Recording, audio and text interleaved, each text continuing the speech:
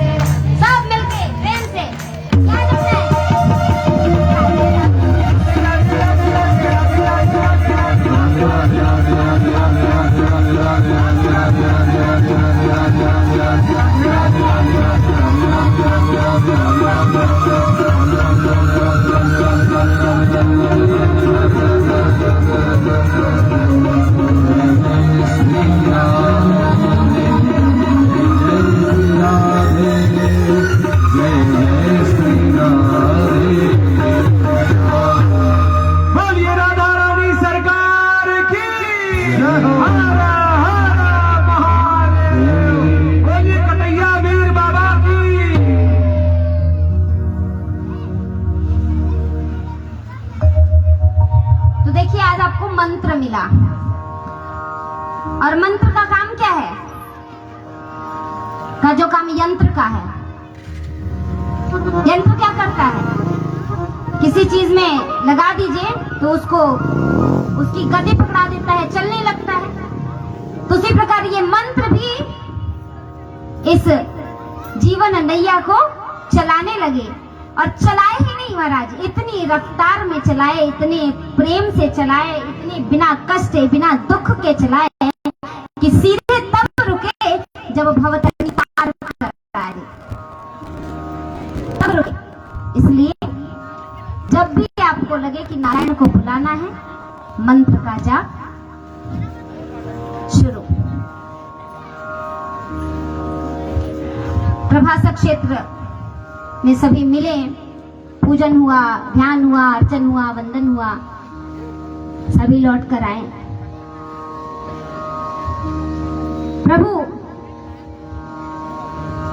की यह कथा पावन पुनीत कथा श्रवण मंगलम जिसके बारे में कहा गया है, सुनते ही मंगल करने वाली।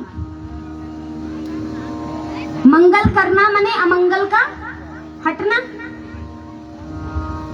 तभी तो मंगल होगा ना। इसलिए तो कहते हैं मंगल भवन अमंगल। तो मंगल करने वाली यह पावन कथा सुन रहे हैं श्री परीक्षित जी, सुखदेव जी सुना रहे हैं। उन्होंने कहा ऐसी पावन पुनीत कथा श्री राधिका रानी की है। प्रभु सभी को याद करते हैं, ऐसे ही जिस प्रकार राधा रानी है, वैसे ही एक परम तेजस्वी ब्राह्मण है। क्योंकि राधा रानी का नाम नहीं लिया गया, उनको दूसरे दूसरे नामों से बताया गया। वैसे ही इसी प्रकार एक तेजस्वी ब्राह्मण है जिनका परिचय भी अलग नाम से कराया गया। कौन है? कृष्णस्यासीत् सखा कश्चित्, कृष्ण के एक सखा कोई, कौन? ब्राह्मणो ब्रह्मवित्तमः, परम तेजस्वी ब्राह्मण थे। ऐसे तेजस्वी ब्राह्मण उनके मित्र, और प्रभु ने अपने अध्ययन काल में, शिक्षा के समय में एक ही मित्र बनाया जिनका नाम था सुदामा। सुदामा का अर्थ है जो इंद्रियों का दमन करने वाला हो, वह ही सुदामा। और जब इंद्रियों का दमन होगा तभी अध्ययन होगा। जब आंख इधर उधर भटकेगी, जीभ इधर उधर चलेगी, कान इधर उधर भागेंगे, माने अब आंख पिक्चर देखना चाहे, फिल्म देखना चाहे, कान गाना सुनना चाहे, जीभ को सिर्फ सुंदर सुंदर खाने में लग जाए और इन्हीं सब में दिन निकल जाए, तो पढ़ाई कब होगी? अध्ययन होगा? आप लोगों को हम क्या बताएं, आप तो स्वयं माता ही हैं। न जाने कितने बड़े बड़े बच्चों को पढ़ा लिखा के किसी न किसी पद पर पहुंचा दिया है, ऐसी आप माताएं हैं। इसलिए सिर्फ चर्चा करेंगे, हम कुछ कहने या कुछ बताने योग्य नहीं है आपके समक्ष। इसलिए जब इंद्रियों का दमन होगा तब अध्ययन होगा। तो भगवान के अध्ययन काल में एक मित्र बने, उनका नाम सुदामा। सुदामा जी बड़े ही गरीब ब्राह्मण, गरीब, उनके पास कुछ नहीं था, यहां तक कि वस्त्र भी अच्छे से पहनने के लिए नहीं थे। दोनों लोग एक साथ सांदीपनी ऋषि के आश्रम में पढ़ते थे। एक बार लकड़ी ले आने के लिए माता ने आदेश दिया। पहले गुरुकुल की जो शिक्षा विधि थी उसमें सेवा भी सिखाया जाता था। आज तो हॉस्टल में रह करके हम हॉस्टल में किस प्रकार हैं, क्या कर रहे हैं, कहाँ आ जा रहे हैं, किस प्रकार बात कर रहे हैं, किस प्रकार खा रहे हैं, कब सो के उठ रहे हैं। लेकिन पहले एक विधि थी, एक नियम था, उसके अनुसार ही सब चलता था। तो वहां पे यह भी था कि हम अध्ययन करने के बाद जो समय मिलेगा उसमें गुरु सेवा में तत्पर रहेंगे, क्योंकि नीति परक अगर आचरण सीखने हैं तो इतना तो अनुशासन रहना ही चाहिए। पढ़ाई के बाद भेजा गया लकड़ी लाने के लिए। वो लकड़ी लाते जंगल से काट करके, तो फिर गुरु माता भोजन बनाती और सभी शिष्यों को खिलाती। एक दिन गए सुदामा जी और कृष्ण भगवान, लकड़ियां तो काटी लेकिन बहुत तेज वर्षा होने लगी। सोचे घर कैसे जाएं, और अगर जाने भी लगे तो लकड़ियां तो भीग जाएंगी, और भीग जाएंगी तो ईंधन का काम नहीं करेंगे, जलेंगी कैसे? गीली लकड़ियां जलने में समय भी लेती हैं, बहुत बार बंद हो जाती हैं रुक रुक के, धुआं अलग से होता है, तो भोजन भी अच्छे से नहीं बन पाएगा। तो रुक जाते हैं, हो सकता है कुछ समय में वर्षा रुक जाए फिर हम चलेंगे। रुके, बहुत तेज वर्षा हो रही है, बैठे हैं एक पेड़ के नीचे। तो वहां पर गुरु माता ने चलते समय थोड़े से चने दिए थे खाने के लिए, कि अगर भूख लगे रास्ते में तो खा लेना। इतने पास पास तो होते नहीं थे कि यहीं बस जंगल मिल गया यहीं से तोड़ के ला दे, दूर जाना। तो पेड़ पर बैठे बैठे बारिश से बचते बचते सुदामा जी खाने लगे। तो भगवान के कान में कुछ आवाज आई कि कोई कुछ खा रहा है, तो पूछे अरे सुदामा क्या खा रहे हो? तब सुदामा जी सोचे कि हमें भूख लगी है, अगर भगवान को दे देंगे तो हम क्या खाएंगे। तो झूठ बोल दिया, कुछ नहीं, अरे वो तो बारिश हो रही है तो ठंडी से दांत बज रहे हैं, कुछ खा नहीं। अगर ऐसा झूठ नहीं बोलते सुदामा जी तो शायद सबसे ज्यादा धन संपत्ति वाले वैभवान होते। तो भगवान ने कहा कि अच्छा तुम छुपा रहे हो तो जाओ, खाने के लिए भी नहीं मिलेगा। उस समय एक दिन चर्चा की सुदामा जी ने अपनी पत्नी से कि देखो ये मेरा एक मित्र है और छोटा मोटा नहीं है, वो अपनी वैभव की बात बता रहे हैं कि देखो मैं गरीब जरूर हूं, मेरे पास सारी चीजों की कमी जरूर है, लेकिन मेरे इतने बड़े बड़े मित्र हैं। द्वारिकाधीश जो है वो मेरे मित्र हैं। तो सुशीला, उनकी पत्नी का नाम सुशीला, उनके मन में आया कि जब द्वारिकाधीश इनके मित्र हैं तो क्यों ना इनको भेजा जाए उनसे मिलने के लिए। जब वो इतने हैं बड़े, द्वारिका के अधीश हैं, राजा हैं, स्वामी हैं, तो अपने मित्र की ऐसी दशा देखेंगे, इतनी गरीबी देखेंगे तो कुछ न कुछ कृपा अवश्य करेंगे। वो कहती हैं आप जाइए मिलाइए। ऐसे कैसे जाएं? क्या सोचेगा वो इतना बड़ा राजा, मैं कहां, हमारी तो कुटिया का भी कुछ नाम नहीं है और उसके तो पूरे राज्य का नाम है, पूरे राज्य का स्वामी बैठा है बनकर, कैसे जाए? कहा अगर वो आपके मित्र हैं तो मित्र जो है ना वो ये नहीं देखता छोटा है, बड़ा है, गरीब है, अमीर है, दुखी है। मित्र मित्र होता है, इसीलिए लोग आजकल फ्रेंड बनाते हैं, मित्र नहीं बनाते हैं, फ्रेंड बनाते हैं।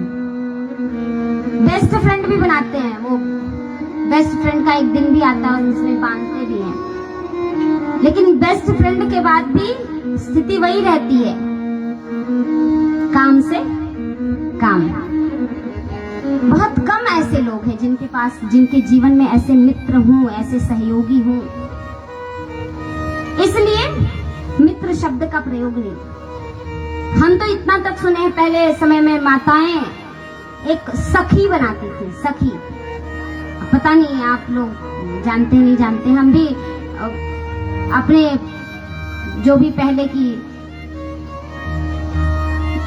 एक भाभी है, नानी है, इन लोगों से ही सुना है। क्योंकि मेरे यहाँ एक मेरी भाभी आती हैं, वो मेरा नाम नहीं लेती, हमको गुड़िया कह के बुलाती, जबकि वो बहुत बड़ी हैं। हमसे बहुत बड़े बड़े उनके पुत्र हैं, पुत्रियां हैं, तो हमको गुड़िया कह के बुलाती हैं। तो एक बार पूछे हम, बहुत बचपन की बात है, छोटे की, 4-5 में ही पढ़ते होंगे तभी की बात है, क्या आपको नाम लेके क्यों नहीं बुलाती? हमारा नाम गुड़िया तो है नहीं।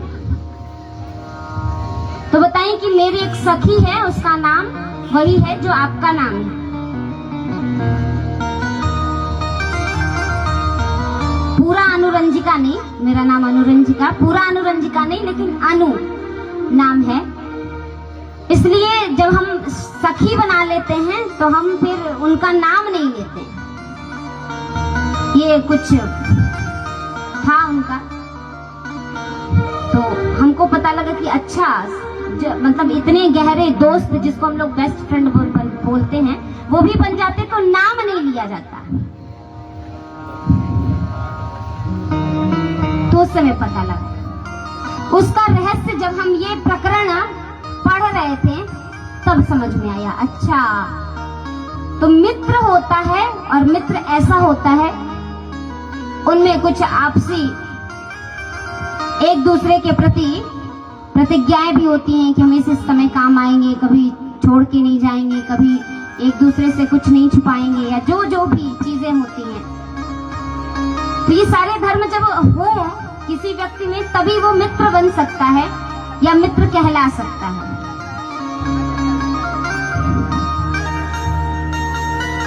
उस समय पता लगा। तो सुदामा जी को उनकी पत्नी ने कहा, जाइए मिल आइए,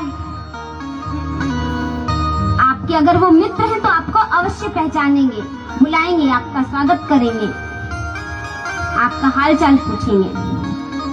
ठीक है, कहती हो तो जाते हैं, लेकिन मित्र के पास खाली हाथ कैसे जाएं? जाना नहीं चाहिए। और मेरे पास कुछ है नहीं ले जाने के लिए, क्या ले जाएं? तो उनकी पत्नी ने चावल मांगा। तंडुलान शब्द का प्रयोग भागवत में किया है, और तंडुल मतलब चावल होता है, लेकिन संत जन यहाँ ये कहते हैं कि वो चावल नहीं जिसको हम चिवड़ा बोलते हैं, पोहा, चूड़ा, धान को कूट के जो बनाया जाता है, क्योंकि वो भी कच्चे या पक्के जिस भी विधि से बनाया जाता है वो चावल का ही होता है। क्योंकि पके हुए चावल को हमारे यहाँ ओदनम, संस्कृत में ओदनम कहते हैं, और चावल को तंडुलम। और तंडुलान शब्द का प्रयोग भागवत में आया है, या चित्वा चतुरो मुष्टिन, 4 मुट्ठी मांग कर लाई। और कैसे कैसे 4, उन 4 का, वो चारों अलग अलग ढंग के हैं, अलग अलग दिख रहे हैं। माने 4 घर की 4 चीजें इकट्ठी की जाए तो कैसा, सबका स्वरूप अलग अलग होगा ना। 4 घर में 4 जैसी चीजें होती हैं, तो 4 घर से वो एक एक मुट्ठी चावल मांग करके लाई और उसको एक पोटली में बांधा। पोटली भी कैसे बांधी, उस दृश्य को, उनकी जो स्थिति थी उसको दिखाने के लिए कहा कि कपड़ों को जोड़ जोड़ के सिल करके वो बनाया गया था। माने उनके पास कोई बड़ा कपड़ा अभी साबुत इतना नहीं था जिसमें वो 4 मुट्ठी चावल, चूड़ा बांध सके। उसको दी और लेके जाइए। सुदामा जी चले घर से, एक धोती पहने हैं, पैर में कोई चप्पल, स्लीपर, जूता कुछ नहीं है। खड़ाऊ भी, ब्राह्मण है, खड़ाऊ भी नहीं है, पैदल चल रहे हैं और निकल पड़े कहाँ के लिए? द्वारिका के लिए। पता भी नहीं है द्वारिका कितनी दूर है, निकल पड़े पैदल। चलते चलते चलते चलते उनके पांव में कांटे चुभ गए हैं, खून निकल रहा है, पांव फट गया है, फिर भी चल रहे हैं। संत इस वर्णन में लिखते हैं कि कितने भाग्यशाली हैं सुदामा जी, जो उनको ऐसी पत्नी मिली जो श्री नारायण से मिलने के लिए प्रेरित कर रही है। ऐसी पत्नी ईश्वर सबको दे जो नारायण से मिलने के लिए प्रेरित करे, और इसीलिए पत्नी को पतन से रोकने वाली कहा जाता है, ताकि वो धर्म की ओर प्रेरित करती रहती है। और धर्म ही पहला वो सोपान है, पहली वह सीढ़ी है जिससे चढ़ करके आगे मोक्ष का द्वार खुलता है। सारी पाँव में कांटे चुभ जा रहे हैं, खून निकल रहा है, थोड़ा विश्राम कर रहे हैं, रुक कर बैठ रहे हैं, फिर उठ रहे हैं, चल रहे हैं। अंततः वह इतने थक गए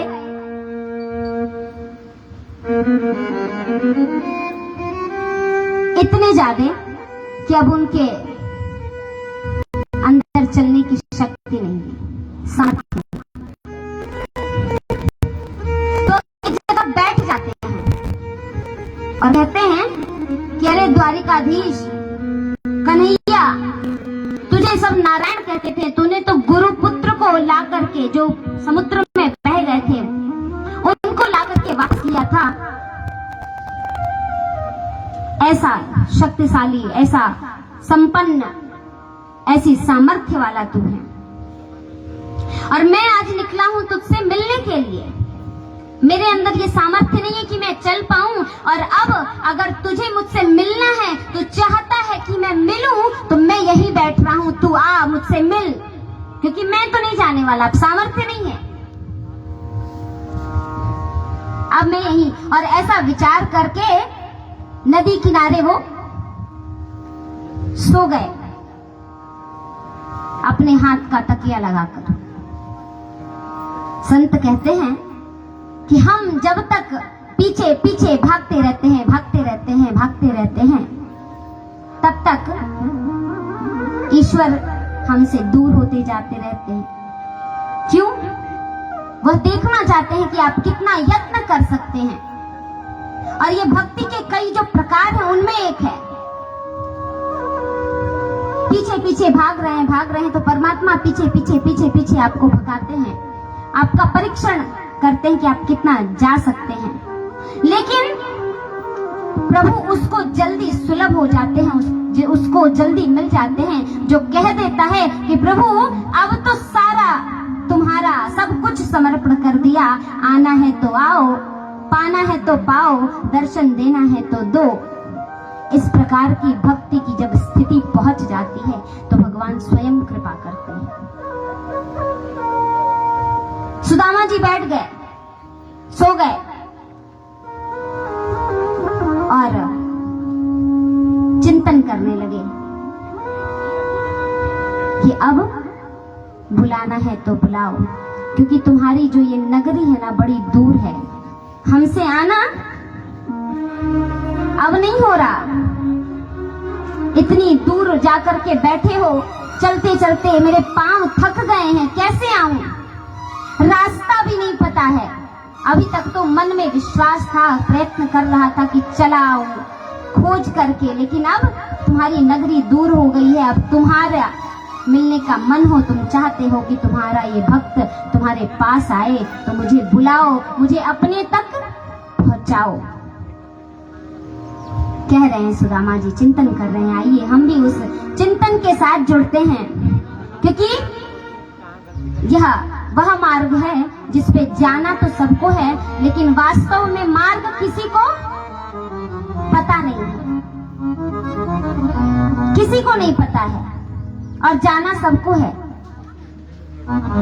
सबके जीवन का परम लक्ष्य वही है, उस परम पिता परमेश्वर को प्राप्त करना। ईश्वर अंश जीव अविनाशी, ये इस अंश का उस अंशी में मिल जाना, यही इस जीवन का परम लक्ष्य है।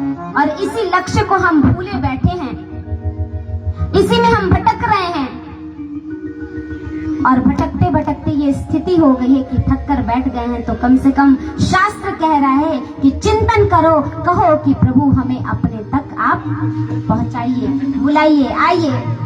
प्रभु के श्री सुदामा जी के इस विचार से हम जुड़ते हैं और उस झांकी का दर्शन करते हुए आगे बढ़ते हैं। दूर नगरी, बड़ी दूर नगरी, दूर नगरी, बड़ी दूर नगरी, कैसे आऊं रे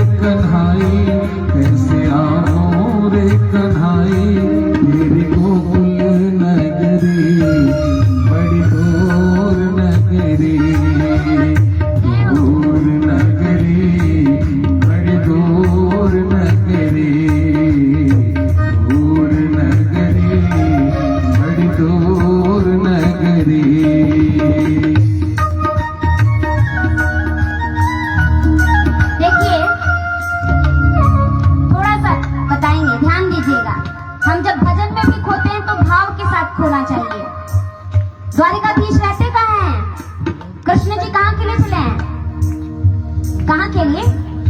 अरे बोलिए तो, कहाँ के लिए? द्वारिका के लिए। लेकिन हम कह रहे हैं प्रभु आपकी नगरी बहुत दूर है, कैसे पहुंचूं? और जाने के लिए भजन में संत क्या कह रहे हैं? संत के भाव हैं, बड़ी दूर है तुम्हारी गोकुल नगरी। मतलब जा तो रहे द्वारिका, कह रहे हैं गोकुल नगरी दूर है।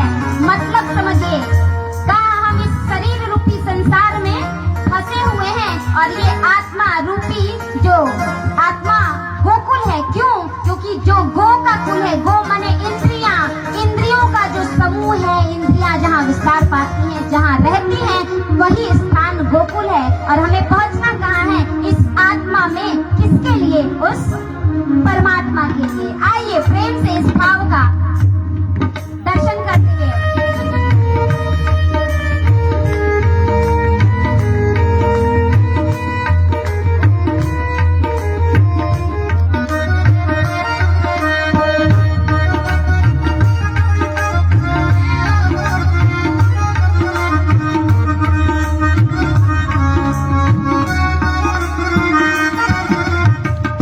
रात को आऊं कान्हा डर मोहि लागे, रात को आऊं कान्हा डर मोहि लागे, दिन में आऊं तो देखे सारी नगरी,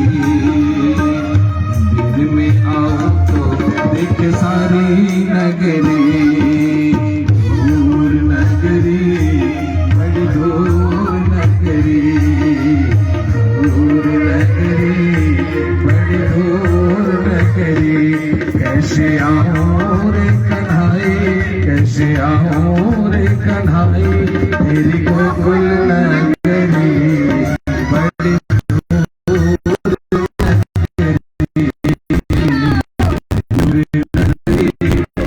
दूर नगरी दूर नगरी।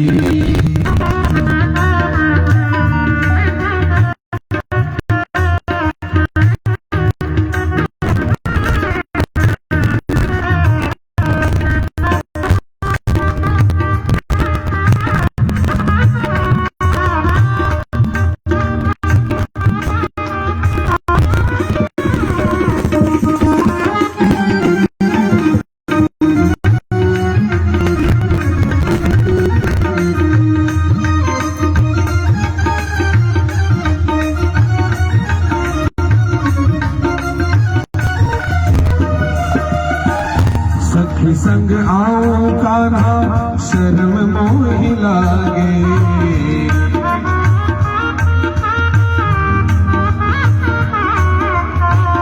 सखी संग आऊं कान्हा शर्म मोहि लागे, अकेली आऊं तो भूल जाऊं डगरी, अकेली आऊं तो भूल जाऊं डगरी, दूर नगरी बड़ी दूर नगरी, दूर नगरी बड़ी दूर नगरी।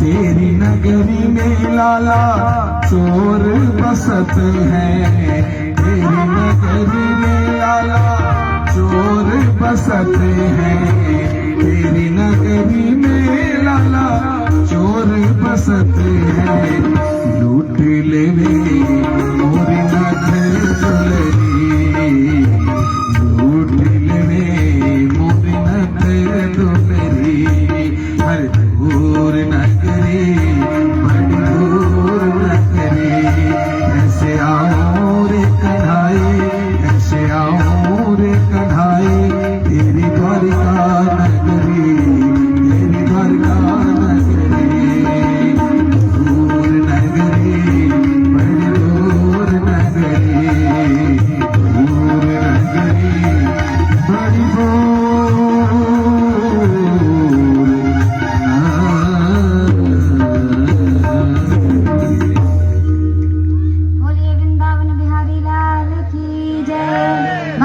वत्सल भगवान की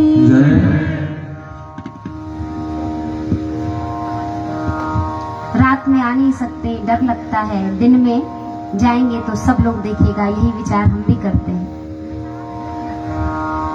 जब हम दिन भर ध्यान करने लगे, पूजन करने लगे, सदैव प्रभु की आराधना में लगे रहने लगे, तो आसपास वाले क्या कहेंगे? दिन भर इसी में व्यस्त रहते हैं। कहते हैं लोग, ये कोई मेरी बात नहीं है, लोग कहते हैं, अरे क्या करेंगे, बस दिनवा भर तो पूजे पाठ में रहेंगे। ये लोगों के शब्द होते हैं, लोग कहते हैं। और रात में जाग नहीं सकते, संयम नहीं है। संयमी पुरुष ही रात में जाग सकता है, प्रभु की आराधना कर सकता है। और हमारा अपने ऊपर इतना नियंत्रण नहीं है इंद्रियों का। कई प्रकार के चोर रहते हैं जो चुरा लेंगे। संत के भाव में ये इंद्रिया रूपी जो चोर हैं, विचारों की चोरी कर रही हैं, दृश्यों की चोरी कर रही हैं, कुछ सुन रही हैं उसकी चोरी कर रही हैं। कैसे आए? ये वास्तव में स्थिति है जीव की, जो बहुत ही सुंदर शब्दों के साथ संत ने प्रस्तुत किया है। सुदामा जी विचार करके सो गए, अब नहीं पहुंच सकते, आना है तो आओ ले जाओ। तभी नदी किनारे से आवाज आई कि अरे भैया किसी को पार करना है तो आओ। क्या आई? पार करना है तो आओ। नाव जा रही है। सुनाई दिया, सुदामा जी उठे, भैया हमको भी जाना है पार, मुंह को भी ले चलो, थोड़ी थोड़ी ब्रज, मुझे भी ले चलो, जाना है मुझे भी, लेकिन हमें तुम पार करा रहे हो तो तुम्हें देने के लिए मेरे पास कुछ भी नहीं है। तो पहले बता दूं, पता चला कि बीच नदी में ले जाके कहो कि दो पार कराई, तो कहां से देंगे? तो अब बता दे रहे हैं, नहीं है, अगर पार ले जाना हो तो लेते चलो। कहा चलो आओ, तुम जैसों को तो हम बिना कुछ लिए ही पार उतार देते हैं। बैठाए और पार कराया। भागवत में कह रहे हैं संत कि यह और कोई नहीं, साक्षात श्री कृष्ण नाविक के रूप में थे, जिन्होंने कहा जिसको पार करना है आओ। और सुदामा जी ने बिना कुछ दिए पार किया, उसको पार करा के नदी इस पार ला करके छोड़े। सुबह हो गया। द्वारिका आप कितने लोग गए हैं? पार करके जाना पड़ता है। ईश्वर की कृपा से हमको भी दर्शन प्राप्त हो चुका है। तो पार करा के छोड़ दिया। सुबह सुबह अंधेरा छंट रहा था। भैया कहाँ हैं? तो भैया आप द्वारिका में हैं। अच्छा, आ गई द्वारिका? हाँ। प्रसन्नता जाहिर हुई।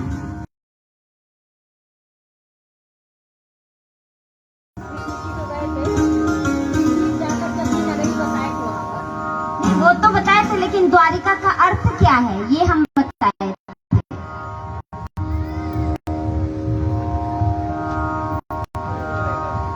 नहीं यार, द्वार किसको कहते हैं? दरवाजे को, गेट को, द्वार को, जिससे हम पार करते हैं। कहा ये जितनी इंद्रियां हैं उनका जो द्वार है उस पर द्वार और द्वारिका शब्द है। द्वारिका लास्ट में जो का है, का ने प्रजापति ब्रह्म, तो जिस जहां द्वार द्वार पर वह ब्रह्म विराजमान है, ऐसी नगरी ही द्वारदार है। और कभी इधर आना हुआ घूमते भी, कभी दर्शन करते हुए भी, और संयोगवश अगर हम यहाँ आ गए और हमसे कोई मिल गया तो हम पूछ लेंगे।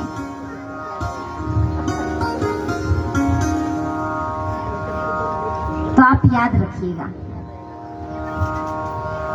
ऐसी नगरी है द्वारिका। द्वारिका आ गए, जहां द्वार द्वार पर भगवान का पहरा है, उस पर ब्रह्म उस नारायण का वास हो जाए, ऐसी नगरी द्वारिका में आ गए। किससे मिलना है? द्वारिकाधीश से। पूछते पूछते अब द्वारिका नगरी ऐसी है कि भैया उस समय का वर्णन है, अभी का नहीं। अभी तो जाएंगे तो ऐसा नहीं मिलेगा। पूरी द्वारिका स्वर्णमयी, सब जो जितने घर हैं एक से भगवान ने बनवाया था, तो सब एक समान बनवाया। तो द्वारिकाधीश से मिलना है, लेकिन पता कैसे करे? देख के सब तो एक ही जैसा लग रहा है। कोई ऐसा महल जो देखने से लगे कि ये राजा का है, ये द्वारिकाधीश का है, तो उसमें जाएं। तो पूछा, भैया द्वारिकाधीश कहाँ रहते हैं? महल में। अच्छा, गए द्वारपाल, कहा प्रभु से मिलना है, द्वारिकाधीश से मिलना है। आप कौन? हम उनके मित्र। ऊपर से नीचे तक निहारा। अच्छा, आप मित्र?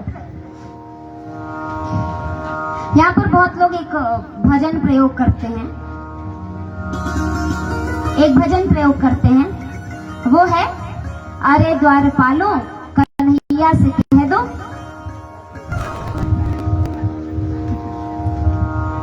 भैया लाइन क्या है? अरे द्वारपालो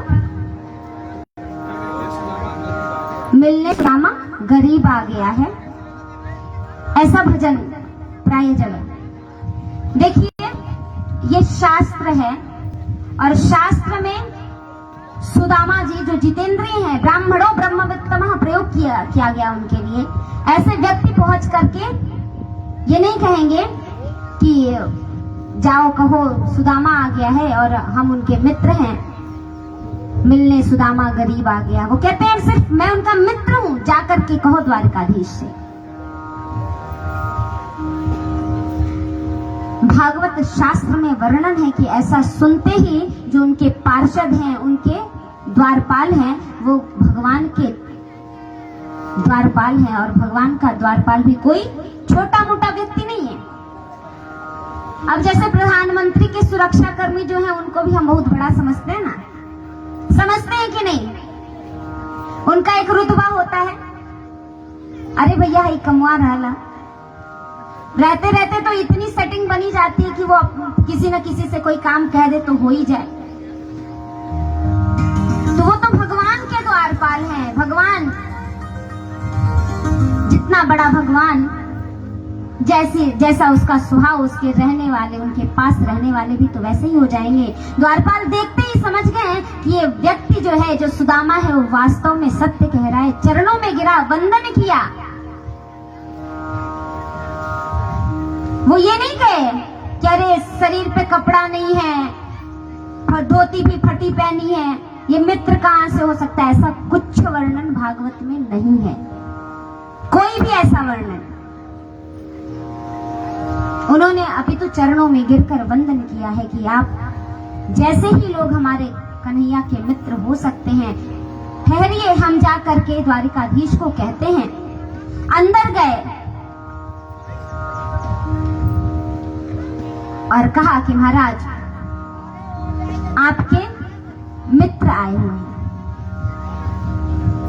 उन्होंने कहा है कि जाओ द्वारिकाधीश से कह दो कि मैं उनका मित्र हूं। प्रभु ने कहा कि क्या, कौन है? महाराज एक ब्राह्मण है, तेजस्वी, माथे से ही तेज छलक रहा है, लेकिन स्थिति ऐसी है, उनका स्वरूप ऐसा है कि उन्होंने सिर्फ एक धोती पहन रखी है, उनके पांव जो है बहुत कष्ट में है, रक्त बह रहा है उनके पांव से।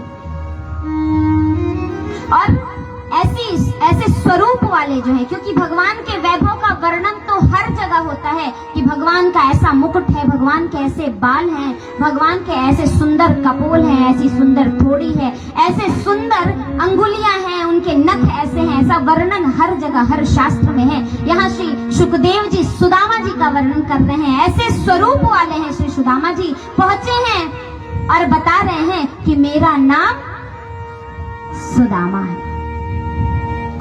जैसे ही द्वारिकाधीश ने सुना नाम है सुदामा, महाराज उठे हैं और दौड़े हैं, द्वार की तरफ दौड़े हैं।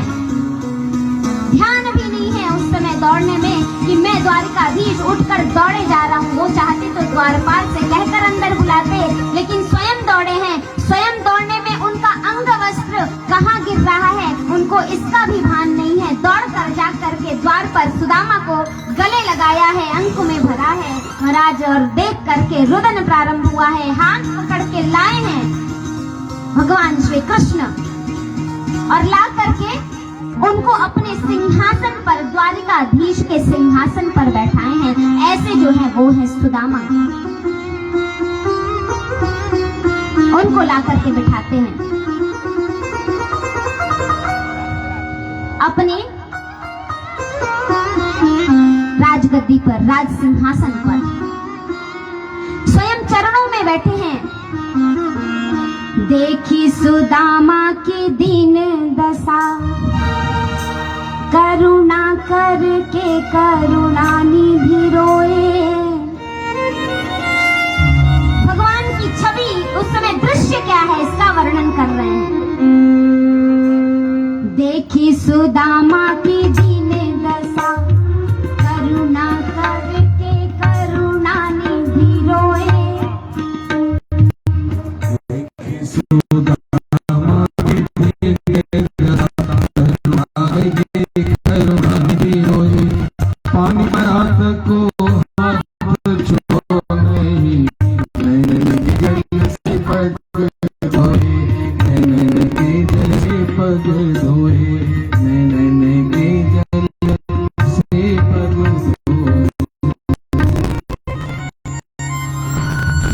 सुदाम जी को बैठे हैं।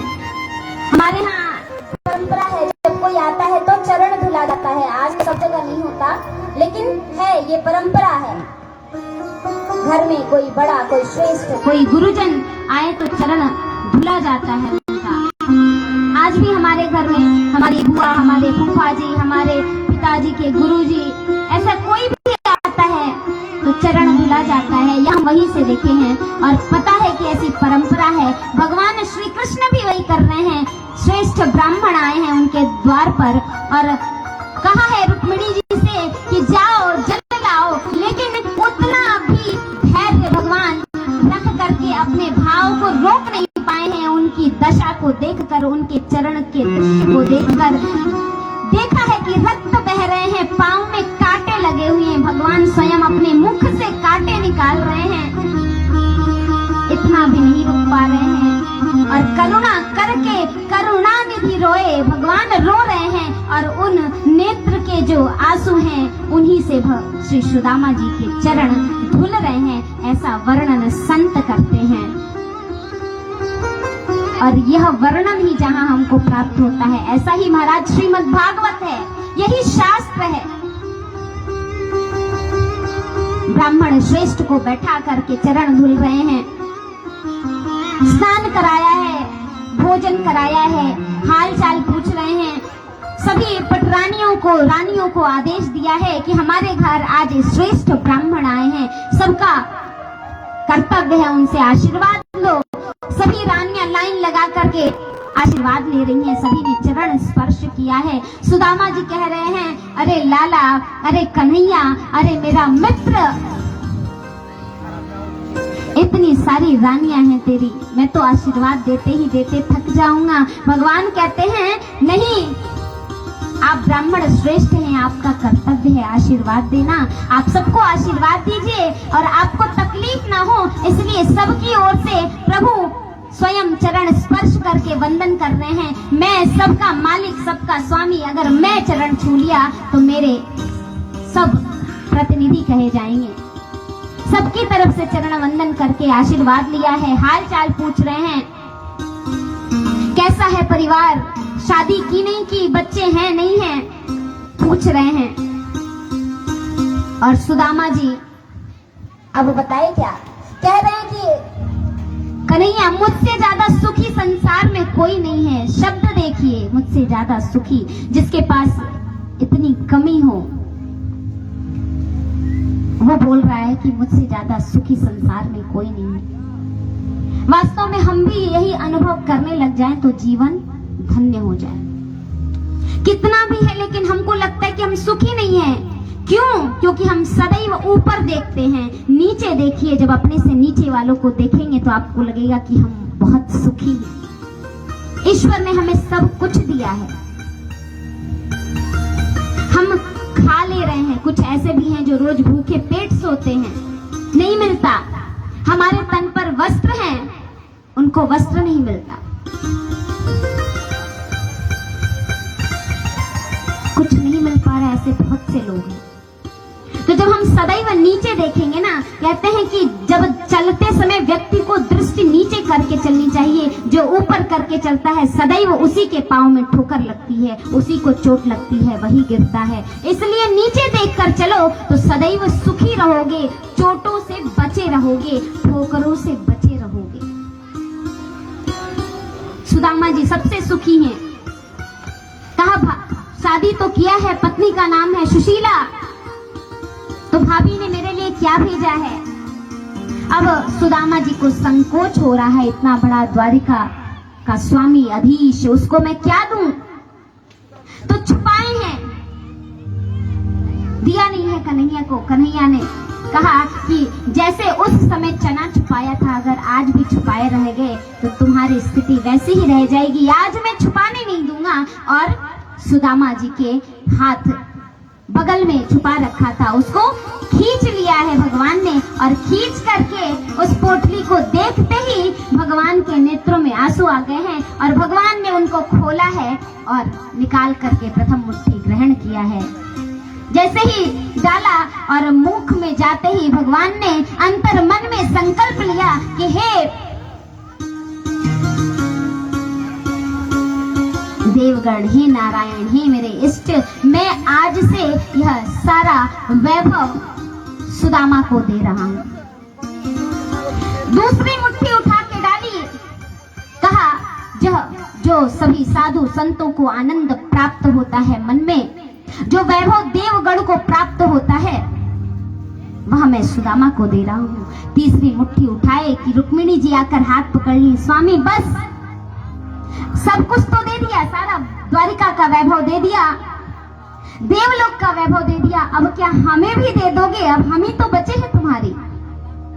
इसलिए हाथ पकड़ लिया है, स्वामी बस रुक गए हैं नारायण। हाल चाल लिया है, सुदामा जी को विदा किया है। सुदामा जी जब लौट कर आने लगे हैं और लौटकर जब अपनी नगरी आए हैं तो देखे हैं कि जहां उनकी झोपड़ी थी, जहां उनकी कुटिया थी, वहां एक बहुत सुंदर सा बड़ा सा महल खड़ा है। पहचान नहीं पाते हैं, यही नगरी है वो जहां मैं रहता था। पूछा लोगों से, हाँ भैया ये वही नगरी है। ये मकान किसका है, ये महल किसका है? ये तो आप ही का है। अंदर से सुशीला आ रही हैं, एकदम राजरानी के वेश में। कौन है पहचान नहीं पा रहे सुदामा जी। सुना कि ये तो सुशीला मेरी पत्नी है, कि ये सब कैसे हो गया। संत कहते हैं देखो, जब सुशीला ने भेजा था ना सुदामा जी को, तो मन में विचार किया था कि हो सकता है कि इनकी यह स्थिति देख करके प्रभु द्वारिकाधीश कुछ कृपा कर दें। तो इस भाव से चूंकि सुदामा जी को भेजा था सुशीला ने, तो जो वैभव है वो बैठे बैठे सुशीला को यहाँ प्राप्त हो गया। और सुदामा जी जब गए थे तो मन में विचार किया था कि उस कन्हैया का, उस नारायण का दर्शन करूं। तो भगवान ने सिर्फ उनको दर्शन दिया और उनके साथ इस प्रकार उनका आओ भगत, उनका स्वागत किया। विचार अर्थात हम जैसा भाव रखते हैं नारायण हमें, कहते हैं ना जैसी नेति वैसी बरकत। जैसा विचार करेंगे वैसी बरकत होगी, वैसी चीजें बढ़ेंगी। अर्थात जो हमारे यहाँ लोकोक्तियां भी प्रयुक्त होती हैं वह भी इन्हीं भावों पर होती हैं। जैसा विचार करेंगे, जैसा भाव रखेंगे, वैसा ही हमें प्राप्त होगा। यह है सुदामा चरित्र।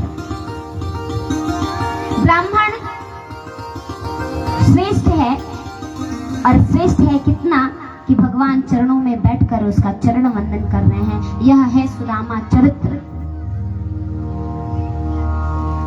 शायद लोगों को अच्छा ना लगे, क्योंकि हम हर जगह यह कह देते हैं, और लोगों को अच्छा लगे तो भी स्वीकार करिएगा, ना लगे तो भी स्वीकार करिएगा, क्योंकि ये सच्चाई है, वास्तविकता है। लोग बेटी का ब्याह करते हैं, बेटे का ब्याह करते हैं, 25,000 का बैंड डीजे बुक कर देते हैं, लाखों का भोजन बनवाते हैं, सजावट करवाते हैं, लाइट लगवाते हैं, इतने सारे वर्कर लगवाते हैं, स्वागत में खुद तैयार रहते हैं। लेकिन जो पंडित जी जो मंत्र पढ़ रहे हैं, जिसको साक्षी मान करके विवाह हो रहा है, उन्हीं को सबसे कम दक्षिणा दी जाती है, जो संपूर्ण रात भर बैठ करके मंत्र पढ़ते हैं। ऐसी स्थिति क्यों है?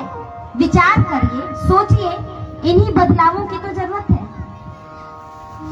ब्राह्मण कितना ऊंचा है आप सुनिए। पार्वती माता ने जब यज्ञ किया ना, पुत्रेष्टि के लिए, पुत्र प्राप्ति के लिए यज्ञ किया, उस यज्ञ में ऋषि आए, उन्होंने यज्ञ संपन्न कराया, और जब यज्ञ संपन्न हुआ तो माता ने कहा कि दक्षिणा क्या दें, क्योंकि यज्ञ तभी सफल है जब ब्राह्मण को संतुष्ट होने वाली दक्षिणा दी जाए।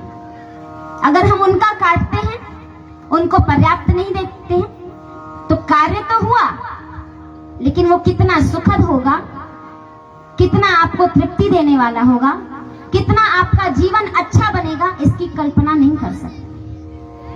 माता पार्वती ने यज्ञ संपन्न करवाया। महाराज क्या चाहिए? तो सभी ऋषिगण थे, ब्राह्मण, उन्होंने कहा कि हमें जो दक्षिणा चाहिए वो आप दे नहीं सकती। माता ने कहा ऐसा क्या है जो हम नहीं दे सकते, आप मांगिए तो सही। कहा वचन दीजिए, संकल्प लीजिए, देंगी? हाँ देंगे। तो सभी ऋषि ने उनसे उनके पति बाबा भोलेनाथ को ही मांग लिया। माता कह रही हैं जिसके लिए मैं हूँ, जिसके लिए ये जीवन है, जिसके पीछे पीछे मैं जन्म जन्मांतर रहती हूँ, उसी को आप मांग ले रहे हैं। लेकिन अगर मैं वो दक्षिणा नहीं देंगी तो उनका यज्ञ सफल नहीं होगा।